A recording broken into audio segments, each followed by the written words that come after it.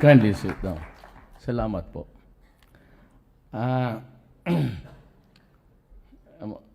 a lot of you, siguro hindi niya ako kilala. I have been just the mayor for, sa bagay, maiksi lang, 23 years.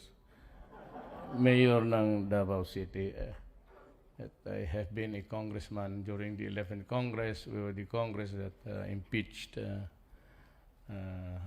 Mayor Estrada. And at one time, I was also the vice mayor for 3 years. To my daughter, yung nagbubugbog ng sheriff, if you recall. Well, small town boy lang po ako. Probinsyano ako. I do not claim any greatness to the presidency. Wala ho akong, hindi ho ako even the last, hindi ako nakatikim ng mga valedictorian or salutatorian. For 75 lang po ako all the way through. Totoo po. I'm just an ordinary guy who's still wondering why I'm here. Bakit ako dumating sa presidency? Hindi naman ho ako tumakbo, parang tumakbo lang. I was even hesitant to present myself. Kaya lang, everybody was, a few guys in the Philippines were really pushing for my candidacy. Initially po, wala akong dadalawang isip to say no because wala akong ambisyon, wala akong pera. Pati I had this family with my, at nasabi ko na my wife is suffering sa third stage breast cancer. And I would have wanted to just to be with her. Hindi ko naman sinasabi na magmadalian, but lalo na naghiwalay kami, so ay balikbayan ako sa dating bahay to be with my wife and children. Ayaw ko kasi magsama ang loob ng mga anak ko. But nagkaroon rin ako ng, we were separated, annulled. And meron akong kinakasamang, meron ako isang anak sa kanya. Kaya nung I think it was in this room, was it? Dito ako nag-take out. Doon yung isang pamilya ko, tapos doon rin ang isang pamilya. So, ayaw pa ninyo yan. First time, dalawang first lady. Match it with... Well, anyway, that is my vignettes of life. Ang ano ko, everybody knows that. Right at the start, I said, if I get to be a candidate, see it. Hindi ako tumatanggap ng mga, and I tell you, mega words, lusyutan. I refuse their contribution. And along the way, it was really a shoestring budget. But ang ano ko kasi, niwala akong barangay captain sa Luzon, not a single barangay captain sa Visayas. But Mindanao, well, it was a bit gray all the time. Kasi karamihan sa administrasyon. But at that time, I was thinking that if I'd win, it would be just a matter of habulan talaga, dikitan. Nung lumabas yung results, I could not even imagine myself the almost more than 6 million yung sheer majority ko. Saan ito galing? Wala akong partido. Well, moribond naman yung PDP. It was resuscitated when I filed my certificate under the wings. So I thought that there has to be a message for this. Kumari mga 100, 150, sabi ko man. Pero with the 6 million until now, anong gusto ng tao? Well, anyway, I am not beholden to anybody. So, anak lang ako ng migrant sa Mindanao. Mahirap lang po ako. Ang nanay ko, maestra lang. All the way, ang nagtulong sa akin, yung mga taga Davao lang rin na may pera. But kung sabihin mo, dito mga contributions, wala. Wala ako. Kasi kung may magdating, babiyahe ako. Kung walang magdating pera, istambay lang ako sa Davao. But that kind of message from the people is 6 million plus. 15 million all in all. Huwag na natin bilangin yung margin ko lang. May hinihingi yan. Ang hinihingi lang nila is, kagaya ko rin. That's all that I'm asking is, buhay na mapayapa na tama. So, alam mo, you'll have to, I don't know if you pag-akyat no, because an incoming president has a few minutes with the incumbent president bago ihatid siya sa labas. But si President Aquino nagsabi talaga, I really do not know if I congratulate you or wish you luck. Sa totoo lang, kung pabalikin mo ako, ma'am, ayaw ko na. Ayaw ko na totoo. Na-ember na lang ako doon sa, and probably must have taken notice to it. I was talking, baski saan, without me knowing even my persona intimately. The huge crowds. Baski saan ako, it's always filled to the bins ang plaza. And even sa hometown niya, of course, I lost. Taga doon siya. Pero ang ano ko, I was inspired by the multitude. And yun na pala, ang that was really, I should have really, for the reason na wala akong partido, I didn't really bother to sabihin, bigyan mo masyadong importansya. Maybe the enthusiasm of hearing a new guy here and there. Ngayon, nung nanalo ako, sabi ko, isa lang to. Gusto ang pagbabago. Now, meron akong sa tao, I have this dynamics with some people, but not all. When I was mayor, I was the favorite whipping boy of the human rights. I do not blame De Lima. Trabaho niya yan eh. Kasi kung ako ang ilagay mo dyan, yayariin talaga kita. I mean, before I became a mayor, I was a prosecutor for 10 years. I was doing trial work. And so I could see the very imbalance sa money, corruption, and the plain justice na alam natin. Marami akong nakitang kaso na hinahandle ko na I lose the case because ang siyabo maging tawas, ang pulis hindi sisipot, clearly ang prosecutor nabibili pati because of the corrosive effect of money. Ang kalaban natin dito is greed and the desire of other. I would assume na ganun. That you papasok ka dito sa droga, it is your greed for money. And I would just assume that you are going to you are destroying my country kasi alam ko talaga ano ang nangyayari sa mga biktima nila. Noon pa, 23 years akong mayor, I was a prosecutor. Kaya fingertips ko na kung ano ang nangyayari sa Pilipinas. Kaya nung mayor ako, galit talaga ako. Kasi isang pamilya, matamaan ng isang addict, it is not only the guy who's dysfunctional, it is the family who becomes dysfunctional too.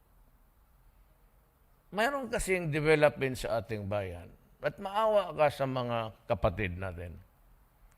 A lot of them, 5 million now, are out of the country working on their ass to death just to eke out a living to support a family, to send a child to school, and to feed the family.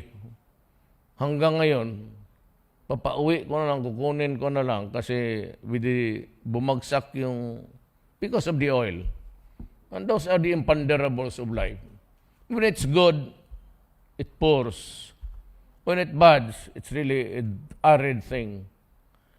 Ngayon, papauwiin ko yung iba kasi walang sweldo at saka niluloko lang ng mga... Kaya do not may sentimento ako sa mga Arabo. Kasi you can just imagine, totoo yung abuses. Sexual or lahat yan. Pati yung walang sweldo, tapos isang beses silang pakainin. Parang hindi naman tao itong mga Kaya ako, I sent somebody, that this should be brought to them immediately. If there's nobody to pay for them, bring them home. Yung iba, yung kuha nila yung passport and it's not returned to them, well, I don't know. So sabi ko doon kay Yasay, tan mo yan doon tapos bigyan mo ng travel document. Kusapin mo mga doon. So, we're doing everything we can. Itong Shabu, dalawang takot nila. What's the reason why I won by landslide? Hindi naman ako kilala. Kasi nababalitaan nila, that security is the answer. Sense of security na yung mga anak nilang pinapapaaral nila dito, hindi mamatay, they do not fall victims to rapes and killing, hold up. O yung namang anak nila, baka malulong sa droga. So yung sakripisyo ng tatay pati nanay, when the father goes out of the country, or the mother, or both of them goes out, automatic yan. Because the absence of the father and mother, it is dysfunctional family. Yung iba, na they're left to the care of their grandparents o sa mga kapitbahay at an early age. Yun ang vulnerable talaga. At yung iba naman, default victims, nire-rape, pinapasok ng bahay, tapos yung panahon namin, matanda na ako, ang nire-rape doon, wala naman nire-rape na babae. It is only now that you have this bestiality of seeing spectacle of a 1-year-old child being raped. Kaya ako, I earned this notoriety.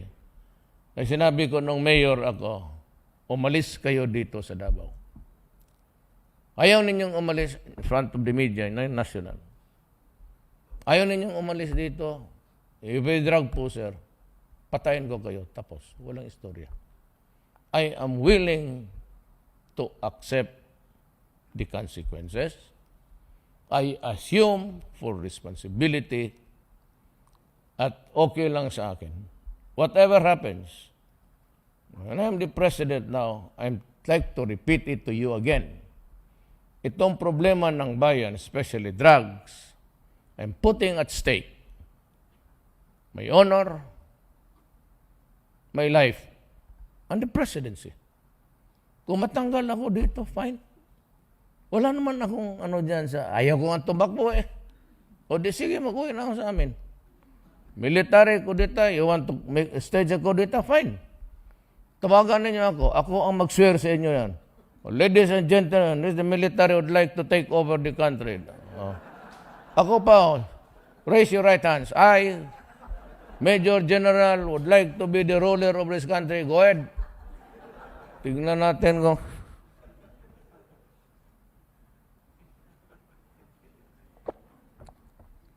Kaya makita ninyo, there's a lot of killing, and I have maintained my cold silence.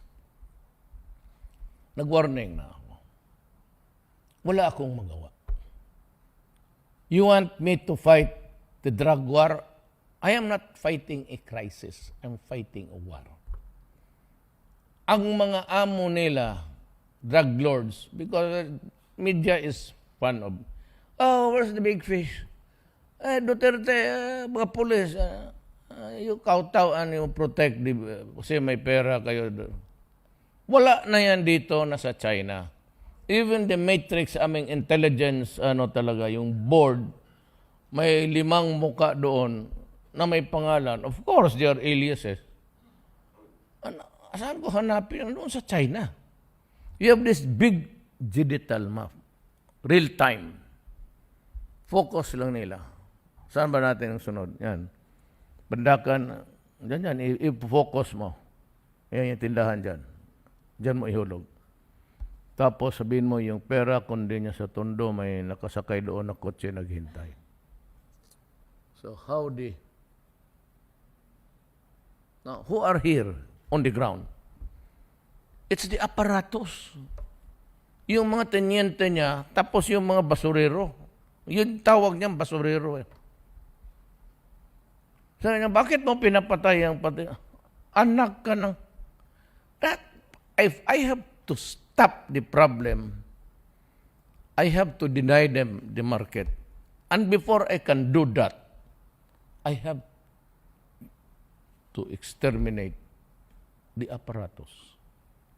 Kasi kung wala na magpabili, walang tanggap, kung mapatay ko na ito lahat ng tenyente, then the business of Cebu would no longer be viable.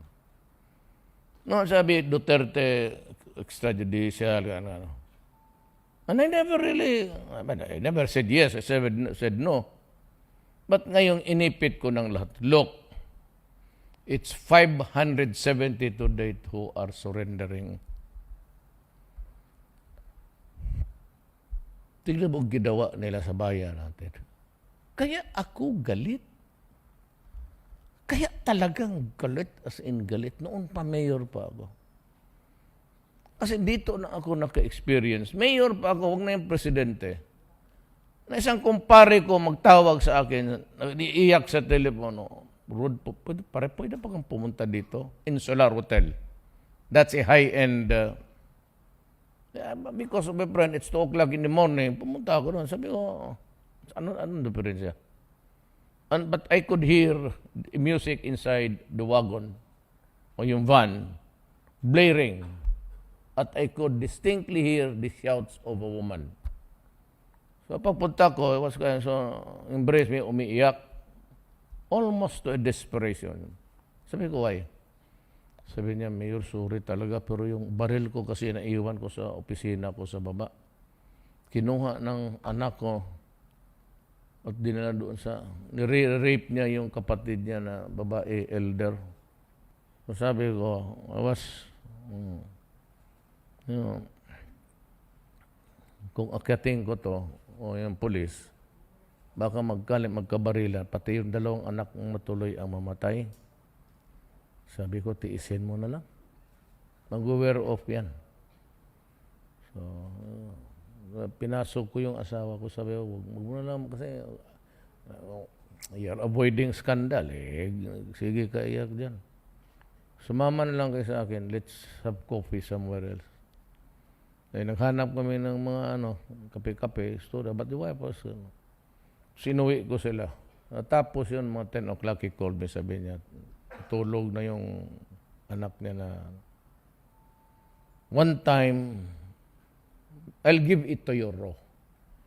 One time there was this reunion, Christmas reunion. So, kita-kita. Dumating itong adik, nakita niya yung karga-karga ng kapatid niya babae na anak. Sabi niya, ito pala yung anak, ko, pabangkin ko, tingnan ko. Tapos, in the merrymaking, wala. So, everybody was in panic. So, hanap sila kung saan. Pagdating doon sa 70 meters away doon sa, yung Mandog yan yung taga Davao. Kaya taga Davao, yung Mandog. It's a settlement just beside the river. Yung pobre na settlement. Yung can afford lang doon.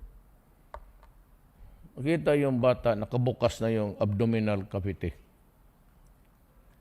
Ngayong nahuli, sabi, ganon kasi ako, Mayor. Pagka tinamaan ako, kung walang iba, pati yung kambing namin, wala. Salvage time talaga tayo dito. May bukas yan. Ang pamilya kasi magsabi, wag na lang demanda yan, Mayor, kapatid eh. Ganon ang nangyayari sa pamilya. Pag nahuli na, ito isang gobernador, nanalo ngayon. Nasa kulungan pa. Yung anak niyang isa, congressman. Nung last election, and before this, tatakbo sana ng gobernador. Ibangag. Kung dala namin dyan sa airport, kasi parehab dito, alam mo sa airport nagkalat. Umiyak tapos parang bata, ayaw talaga magpadala. Yung nanay, congressman ngayon, tatay nanalo pagka mayor. Sabi, mayor, sabi man, mama, ayaw ko magpunta doon. Only child, walang asawa. Yun the child. Alam mo, ang nanay kasi, nanay. Mayor, wag na lang, kaawa. Ano? Sige. Ayan, nakalak palagi sa bahay nila. Nanalo ang tatay rin kasi may graft and murder mo siguro. Ngayon, graft and corruption nandyan sa provincial jail. Yan ang istorya dito. Kaya ako walang atrasan. Kung matanggal ako sa trabaho, fine. Dito. Kung yan lang ang patakot sa akin, impeach, go ahead. Kudita kayo? Sige, kudita kayo dyan. Ako ba mag-swear in sa inyo? Sige, ilang general kayo gustong mag-take over? Mahirap yan kasi may problema tayo. It's war. It's not a crisis. 700 ang nag-surrender. PDEA says 2 years ago that there are 3 million addicts in this country. That's 2 years ago. Now, incremental increase by the use of drugs, place it at about a conservative rate. Dagdagan mo ng 700. So, around 700, it's about 3,700,000. Saan ko ito ilagay? Ito kasi user. Puser tagayan. Huwag mo sabihin na user ka user. Kung anak ka ni Ayala, ni Gukong may maniwala pa ako. Pero kung taga-Tondo ka, blighted area sa Davao, hindi ako I'm not trying to insult my fellow men. Dumaan ako sa hirap. Talagang 1956, nakita ko bahay namin sa Davao, dinemolis. If I close my eyes and take a deep breath, I could still imagine yung amoy ng water lilies doon, pati yung tubig. Kaya, okay, masyado yung dahil mahirap. Mahirap rin ako. Kaya huwag ninyo bulahin. Poverty and whatever cannot be used because it is already the nation that you are trying to destroy by being a member of that apparatus. Hindi na ito basta isang salita because I have ordered the opening of the military camps because ang military lang ang may mga big spaces reservation. Sabi ko sa kanila, give me 1 hectare in every region. I have to build rehab centers all over the country. It cannot come overnight. I have to design a parang cottage. Tapos I have to employ doctors, plenty of them, and pay them the rate that they are getting from the private sector para they will stay there and treat the Filipino. I would need a lot of nurses. Sabihin mo lang 500,000 o 3 million, whichever is correct. I still have to worry even if it is only 1 Filipino. O yan ang problema ko ngayon. But it will really come to pass that we have just to do something about our countrymen. I have repeatedly told you, we cannot build a nation by killing our own citizens, and that goes for wars. MI, MN, pati itong komunista. That's why Simultaneously, even before I took my oath of office, talagang naglakad na ako. I was sending already people to talk to them.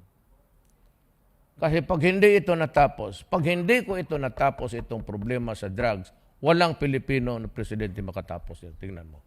7 years from now, double the addicts by the increase. Then we will have the narco politics. There's a book, Ion Grillo. It can be bought anywhere online. This is the history of the failed states of South America because of the drug cartels. Ngayon, itong mga mayaman, may mga eroplano. Yung iba talagang gumagamit. Patayan na dyan na makita mo mga biligos. But they use cocaine and heroin. It is not as destructive as shabu because it is grown naturally. Poppy yan eh. So it's organic. But itong shabu is a deadly mix of chemicals. 1 year of constant use sa shabu would shrink the brain of a person and therefore rehab is no longer viable. Sabi ng forensics. Lumiit na eh. So kung ikaw may pamilya ka, pumasok dyan, na magnanakaw ng pera mo, anong bagay-bagay ipabili sa labas, then after that, if there's nowhere to steal, they go to some other people's house. And by the time they go there, nakabugog na, they rape the mother, the wife. Kaya tayo walang security. Even if ngayon, you leave your house, maraming gonggong, baka pumasok sa, at in Davao, noon ang ginawa nila, pero yun, it was a problem. Because at Davao noon, whoever claimed to be an Al-Samasa member or against the communists, were given freely arms. Nakikita ko, nagmamanufacture na sila sa mga military camp, yung paltik, just to fight the communists. Nung panahon na wala ng komunista, with so many hands in the hands of the idiots, they started. Papasok sila ng bahay, i-hostage nila yung bahay, and then they demand money, and since you know that you cannot get more than 50,000 every withdrawal, so mag-stambayan sila doon for how many days? At the same time, they eat and border, they drink and they rape every night, the wife, the children, and the maids. O anong gawain ko pag gano'n? Pag nakakarap mo ako, sorry ka. I mean, I'm sorry. It's not easy to take human life, but I am sorry. Ganon talaga. One less evil. The last one would be me. Kasi tigapatay mo ako ng tao, but I'm ready to face God. And I would just say, well, I am at your disposal. Ngayon, yan dyan, wala ko pasensya ako. Either you turn in, sacrifice, told the barangay captains, let them report every day in the meantime. Keep them busy. Basketball, just keep track of their whereabouts. When the time comes, I would begin to, yung parang prefab na lang. And they'll go into a military camp. Tapos minsan, sabi ng korte kasi hindi pa pwede pa-post up pa sayaw. Of course, they should. Part of really rehab is to do physical. Ayan kasi pinapa-post up. Nandito naman itong human right. Ano ba naman yung post up? They are not supposed to, they should be allowed, they should be ordered to work to keep them busy. To keep their minds, or at least tire them out. At the end of the day, they no longer cannot be thinking of Cebu. Yan ho ang storya dyan. Now, I'll go to this corruption. Sabi nila, which is better, Duterte? Con us, Congress itself, or alam mo ganito. Gusto ko con. But during the meeting, sabi ko, how much do you spend con? Depende. Kung matapos nila kaagad, maybe 10 billion. Pero if they tarry for long, how much? 30 to 50 billion. Ako, kalukuhan to. Total ng Constitution natin, you know the Constitution, you saw it. Except for the few amendments, the wordings of the Constitution from the time of the Americans in 1935 up to the in between the years of martial law, you have this mga kay Marcos, then eventually itong ating Constitution na yan. You know, ang aking kasi is like this. We should not be too judgmental about the members of Congress. Kasi ito sila, you can tell by the track records that they have. Ito naman have been elected, re-elected, nagpahingalan ng re-elected. If ang acceptability nila sa tao ganon, so who are we to judge that they are not competent? And besides, Pilipino tayong lahat. Why would I embrace principles that would do sa bayan natin? Leave them because total, ang kanilang produkto will have to be submitted to us for a plebiscite. And for all the time that you'd be crafting a new constitution, I am here. So, ako yung tiwala ninyo.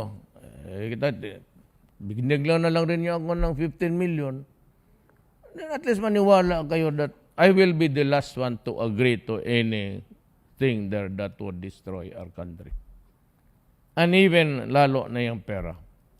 The only reason I won is that I carried the right message.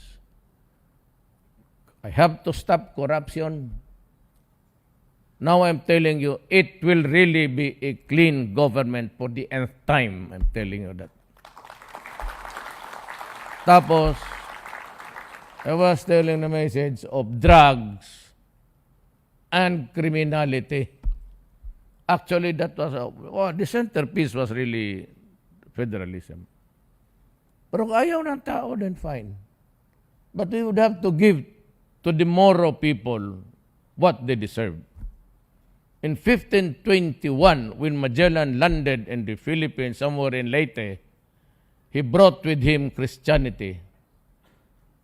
Please know that 100 years before, Islam was already planted firmly in the island of Mindanao. There have been so many conquerors from the Spaniards up to the Americans. Talagang hindi na because may poste sila and that's the religion of Islam. So, lahat doon kasi conquered by Spaniards, Americans, sila mismo na marginalize.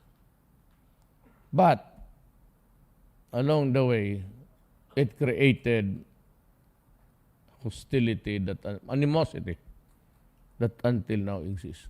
Unless we correct the historical injustice there, we will never find peace in Mindanao. Sabihin ko sa inyo yan. Nothing short of a configuration somewhere. Federal type if you want. Now, if it is not accepted by the surveys because people are really ignorant also about federalism, then let us maintain this government, but you have to not really please or make them happy, but correct the injustice and give them at least what is left of their original homeland, ibigay mo dyan sa kanila. Ang Bangsa Tausog, and that would be on the western side, Zamboanga, Archipelago, but dito sa island of Mindanao, that center there is the Lanao, Maguindanao area. Maniwala kayo sa akin. I'm telling you as President, we will never find peace.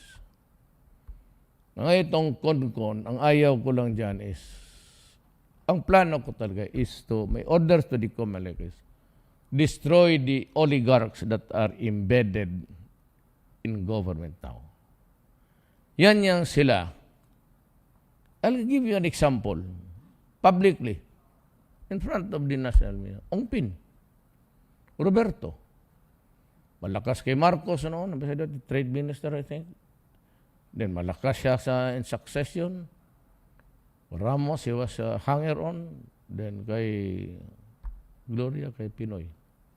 Now he owns the online. Hindi ko nga malaman yung online niya, yung posta doon sa labas, tagalabas, o itong domestic gambling, kung magkano ang nasa gobyerno. These are the guys na umuupo lang sa eroplano nila, umuupo lang dyan sa mga mansyon nila kung saan-saan, ay yung pera nila nagpapatak parang metro ng taxi. Sabi ko, destroy. Yang Laguna, Dibay. Whenever I look down there, I'm sorry if you have one there, mga triangulo. Wala ka nang makitang, the only spaces ay yung isang triangulo dito. The small one is just to divide maybe the one on the right and on the left. Ang mga fishermen dyan, wala na. Masabi ko, one of these days, I will destroy them. It cannot be na there will be there for all time at the expense of the poor fishermen. I've warned them. Contractualization. Kasi sabi ni Bebot Belio, secretary nung last meeting, kulang siya ng mga tao na mag-inspect sa lahat ng businesses. Sabihin ko sa inyo ngayon, ako mag-warning lang. Mamili ka. Stop contractualization o patayin kita. You know why? Kaya ko magsalita ng ganon? Ang president, while I am here, may immunity ako. Kaya kita patawagin, barilin kita dyan. Dali mas panurari. Painitin mong ulo ko. I will call you and slap you one by one. Sanay akong talagang naninipa ako ng tao, maniwala ka. Maski police doon sa Davao, walang exempted doon. Bakit ako magsayang? Wala pa masyadong tao. I cannot expect every business that buong Pilipinas. Magkamali ka, no tolerance, sirahan kita. I will just order the secretary, look into the record, sirahan mo yung kung wala tayong power magsira, punta ko, barilin ko, wala, natapos na. Sirado ang negosyo mo. That's just lang yan, hyperbole. Yan, totoo, presidente mo maril. Pero, gano'n na nga ang tapon sa utak ko. I own no one. I do not serve any vested interest. Lahat ako, may utang ako sa Filipino people. So for the few, I'd like to tell you, nag-landslide ako sa mga overseas workers. Baka hindi nyo sa military, nag-landslide ako. Malaman mo niyan kasi advance voting yan sila. Kung assign sila sa ibang lugar, may nagbubuto. Police, nag-landslide ako. Kaya gusto ko lang ninyong malaman niya. Baski ako ganun lang, I have the support of... kasi, what does that mean? Marami ang tao, kimilitary ka hindi, maraming tao na tama yung utak. Ako lang hindi nagsyabo na medyo nasira kunti. Huwag ninyo akong gulahin kayo. Iritan ko kayo. So ito, Constitution, they will be dominated by sila lang yung alam mo itong ang patakbuhin nila, anak nila, asawa nila. We have a problem here sa ating society. We were given to why? Because we remain a feudal state. Kaya ang election bloody. Kaya yung mayor, yung bata niya makipagpatayan doon sa kabila because it means everything to him, including the preservation of life. Kasi ang tao, we have to improve. Mayor, barangay captain. May nagsakit, takbo sa barangay captain. Tapos barangay captain dalhan niya sa mayor. Sa mayor naman, order hospital. May pera, gobyerno. So walang problema. Yan. So, eskwelahan. Kami yung mayor, wala kaming high school dyan, marami na. O, sige. Tapos, mayor naman, tawag doon sa executive assistant. Sige, priority. Sige, bigyan doon. Ganon yan. Tapos, eskwela, pagkain, edukasyon ng mga bata, trabaho ng asawa niya, gawing casual. Dadobla ang kita nila. Tapos yung anak, bibigyan siya ng mayor. So it's all feudal. So when election time comes, pag sinabi ng barangay captain, ito. Pagka sinabi ng mayor, ito yung kandidato natin. Kaya, actually, alam mo, I would like to think that if you believe in God, I'd like to talk to you about destiny. Let me interrupt.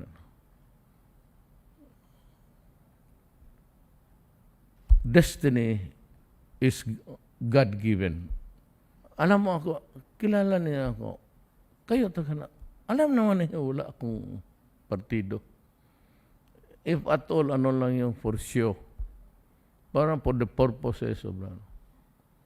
Now tell me, saan ako kumuha ng 15 million plus with a margin of 6 million? Sige. Except in Davao, pero yung Davao Delta de Verso, wala na. They supported liberal. Hindi ako namumulitika.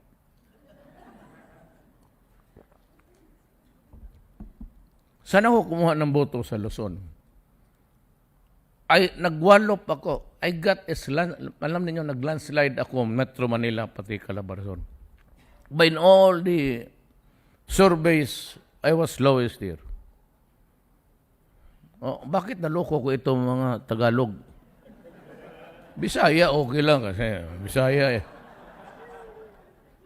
Totoo ha?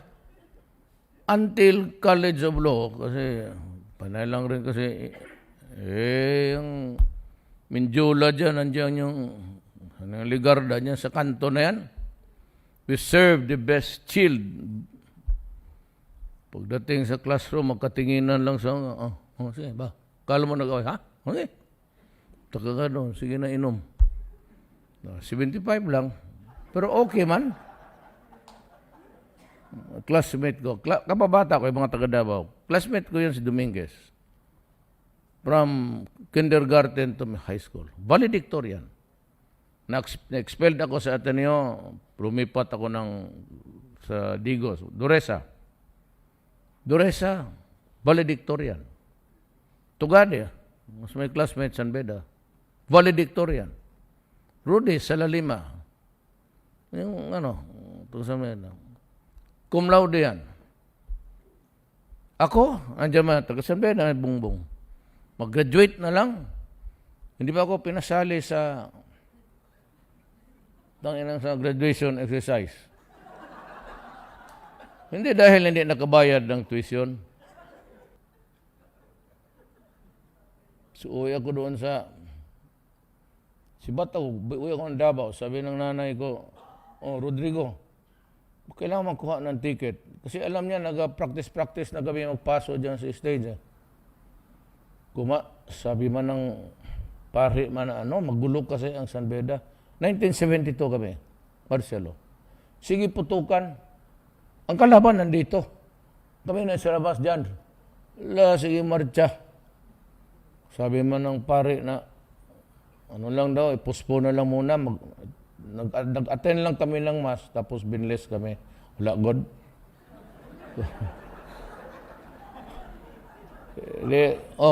Ewan ko itong San Beda, man. Tapos sabi naman, bili ako ng ticket kasi noon magtawag ko ng telepono lang. Tapos bilihin mo ticket. Mananay ko, di wala na pala. Sabi ko, wala naman siguro. Visit itong San Beda, nagpunta sa Transfiguration. It's a monastery ng mga Budista, Benedict. Doon magpunta kayo. It's a very beautiful place. And you should hear the monks sing there. Bukidnon. You should visit the place once upon a time. Okay naman, di naman masyado magulo. Nagpunta yan sila doon, nag-immersion, mga maestra. Alam mo ito si Father Lacson, patay na yan. Sabi niya, baba na lang tayo sa Davao. Okay? Doon man yan si Duterte. Atin niya ang estudyante. Because nang na-expelled ako, but I was reconsidered because yung mga professors ko nagsabi, where will this boy go if you don't certify him as a graduate of the year? In-reinstate ako. Naging abogado talaga. I was able to take the bar. I was given a diploma. But if you look at the ECO, yung yearbook namin, wala ako, 1972. But anyway, years after, when I became mayor, pumunta sila doon. Itong Lacson, punta tayo kasi ano. Pero siya good yun nagpa-expel sa akin. He said, punta doon, I was in Taiwan. So yung may-ari doon ng isang motel, hotel, Abdul Aquino, nagpa-party siya. We have a very small community na Bedista. Marami yan dyan, UP Ateneum. But San Beda ko, konti lang. So, nag-party-party sila. Wala ko. Sabi ng, you just invite the mother. Hindi kay mayor kung hindi siya makapunta. Nagpunta na ang nanay ko. Pag-introduce ngayon, sabi nila, oh, Father Lacson, ito si yung nanay ni Mayor Duterte.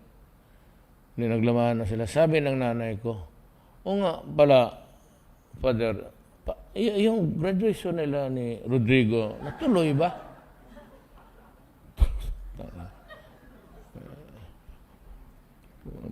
Patay na kasi. Sabi ba naman, hindi ba niya sinabi sa iyo, ma'am? Hindi ba? Na-expel yan kasi.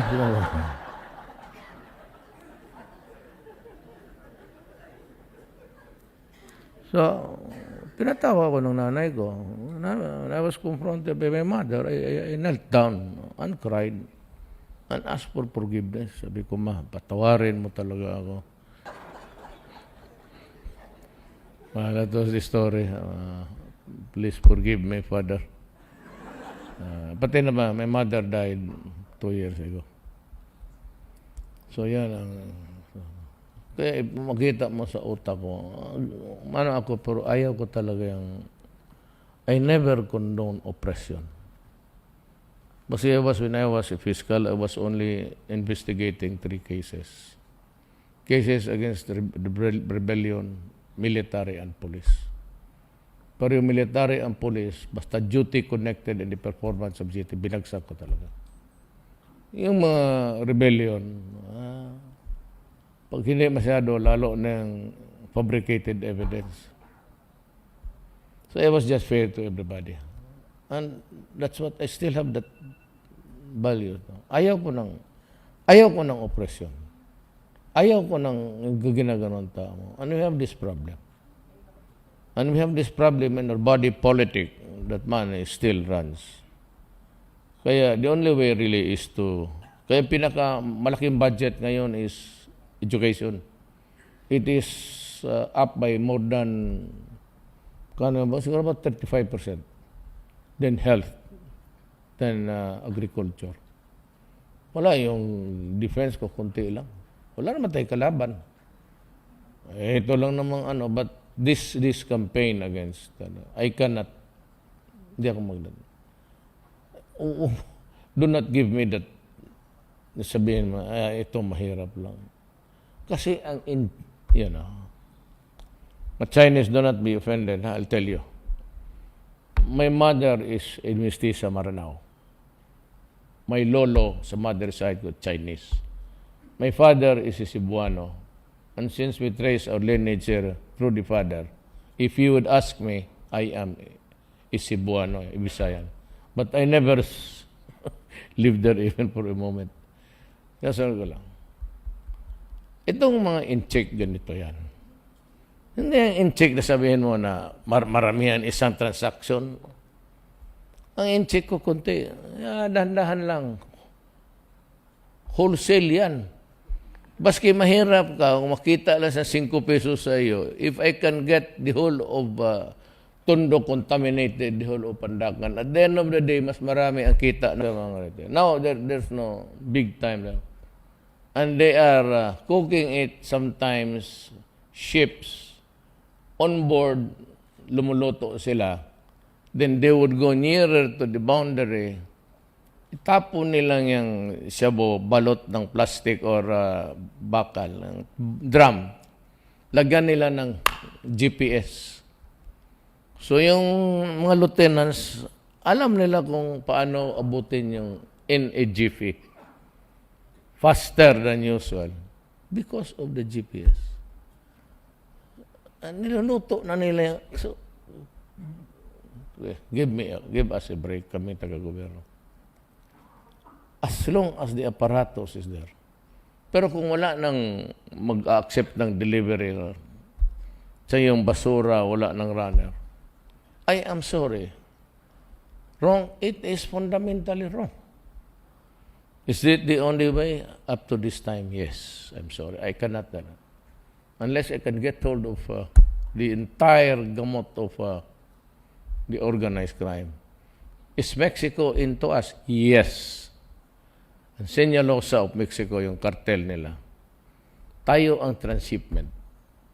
Kasi ini-interdict sila ng Amerikano, talagang binubumba sila. So dito sila sa transshipment.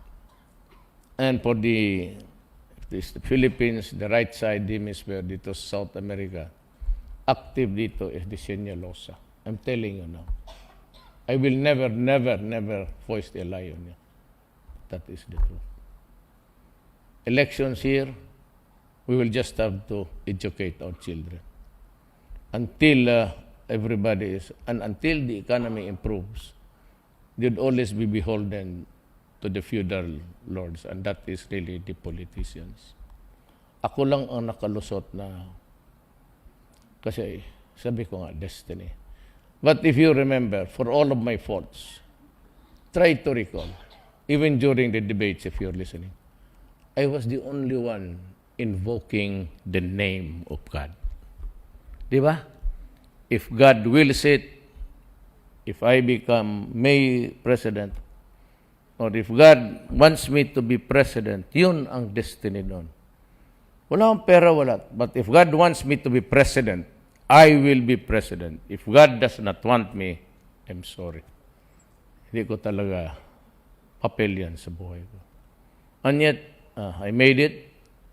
Yung lahat na gusto ninyo, hindi mo na kailangan sabihin sa akin. I do not want corruption.